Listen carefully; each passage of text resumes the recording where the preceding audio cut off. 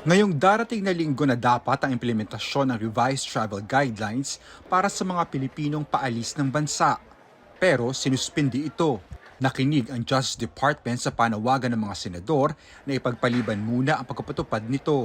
Ask advice from the Executive Department and the Executive Secretary, and we decided best to suspend these rules first so that we can clarify the issues when the Senate hearings are called. Isang resolusyon ang inaprubahan ng mga senador para rito. Lahat ng senador na abogado said that it is a curtailment of a constitutional right. It is the right of every Filipino to travel.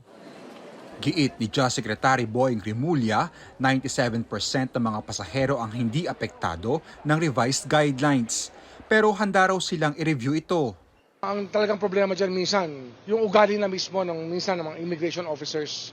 Kaya ngayon, nag-usap kami ni Commissioner Tansinco na ang training nila ay reminders talaga kung paano mag-handle ng situations where questions have to be asked. Paliwanag ng DOJ, ang layunin ng revised guidelines ay mas streamline ang departure procedures para mas maging maayos ang proseso sa mga papaalis ng mga pasahero. Hindi naman daw intensyon nito na pahirapan ang publiko. Giit din ng DOJ, panlaban ito sa human trafficking. Tama naman yan, but there are ways to do it without undue and unnecessary requirements that are really burdensome to our people. Paalala ng DOJ na kahit suspendido ang revised travel guidelines, nananatiling epektibo ang iba pang travel at immigration procedures. Meron pa rin naman kailangan tanungin ang immigration na wala sa guidelines na mahalaga. No? Isang ehemplo lang, return ticket. Pwede ba walang return ticket ang turista? Pag wala ka return ticket, turista ka, hindi ka turista. Paano ka uwi?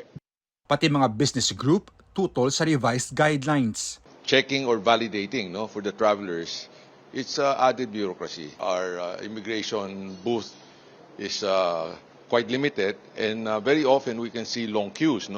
That doesn't look well for both our local travelers, even for foreigners. Having companies undertake more than the usual requirement or need to be able to secure the legitimacy of the travel really would be burdensome and would add another layer of cost.